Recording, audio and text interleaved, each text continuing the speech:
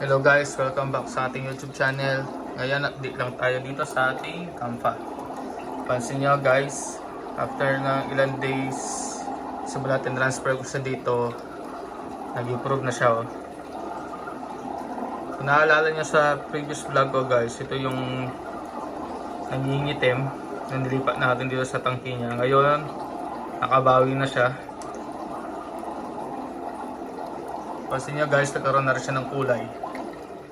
Dati kasi nangingitim-ngitim ng konti yan kasi na-stress. Nakapag-adjust na rin siya sa tangke niya, kaya yan na siya ngayon. Sobrang ganda niya.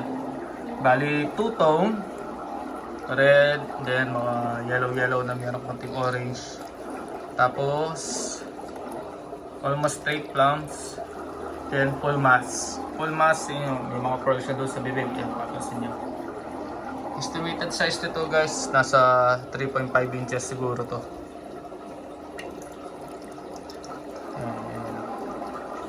Estimated lang naman yun guys, mga 3.5 to 4 siguro. Yan yung size na yun. Tignan nyo guys, diet pala nito is itong health coke. Yan yung diet nya. Saka itong CZ2 tone. Yan yung diet nya. Bali, binigyan natin siya ng high active mineral nung kahapon, Sunday, after natin mag water change. Ginugroom kasi natin siya guys. Hopefully mapatingkad pa natin yung kulay niya. Para magkaroon kayo ng idea guys, yung pag-groom ko nga nito is siguro nasa 10 to 15 pellets yung pakain ko sa kanya 2 times a day. Tapos pagkagabihan, ito naman CZ2 tone naman nun. Ganun din. Then, itong Thai Active Mineral, siguro naglalagay ako nito 3 times a week. Naghihinayang kasi ako guys eh. Napakamahal nito. Bali, ito. Then, ito. Saka ito. Yan yung diet niya guys. Pakita ko naman sa inyo guys pag walang ilaw. Kasi may difference yan pag merong white light. Tapos yung wala. Napatayin natin. Yan guys. Yan ang may tsura niya pag walang ilaw. Yan o.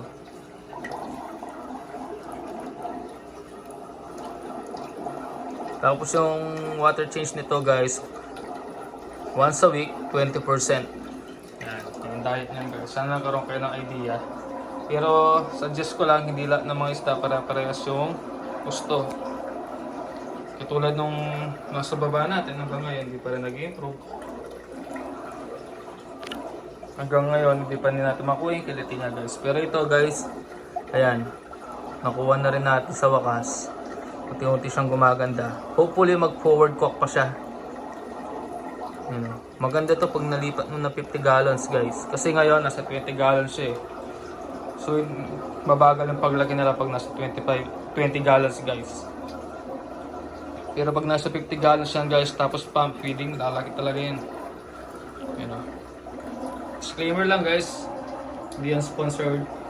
Hopefully, soon, pag lumagilagin channel natin, makakaroon tayo ng sponsor, tapos mga product review. Yan guys, oh. Full mass siya guys ngayon, oh. Makikita nyo yung pearl sa malapis na bibig niya. Focus natin. Tapos ginawa siyang two-tone kasi 2 colors. Red, may orange. Tapos exo pearl, yan o, may pearl siya sa cock na nag-intersect. Yan.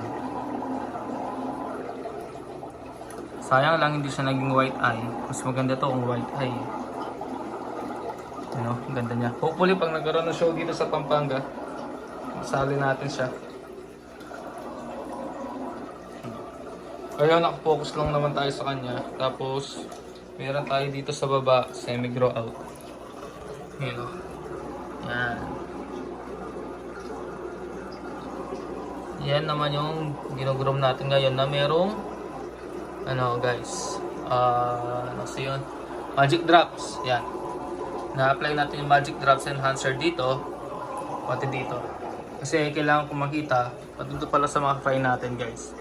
Kasi kailangan ko makita kung magiging effective sa kanila. Masyado naman kasi akong bias guys kung dito ko lang siya i-apply tapos hindi nag-improve tong isda.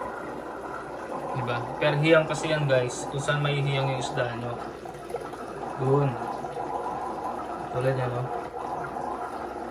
Pero ito guys, tingnan nyo. Ito, may cook na to. Hopefully after 2 weeks na paggamit ng Magic Drops. Ngayon kasi nakaka 1 week pa lang tayo sa Wednesday.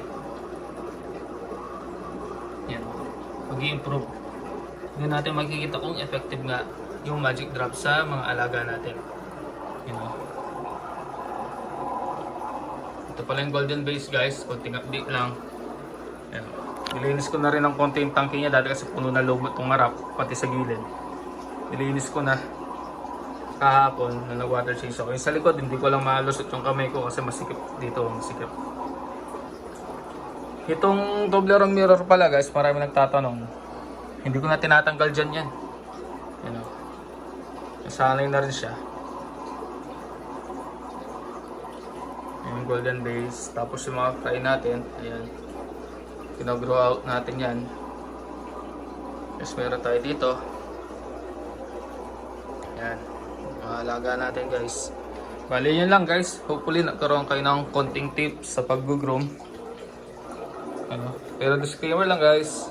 Iba't iba yung hiyang ng mga isda natin. Katulad na nasa baba, hindi ko makuha hanggang ngayon. O, yun lang guys. Hopefully may natutunan kayo. Babush!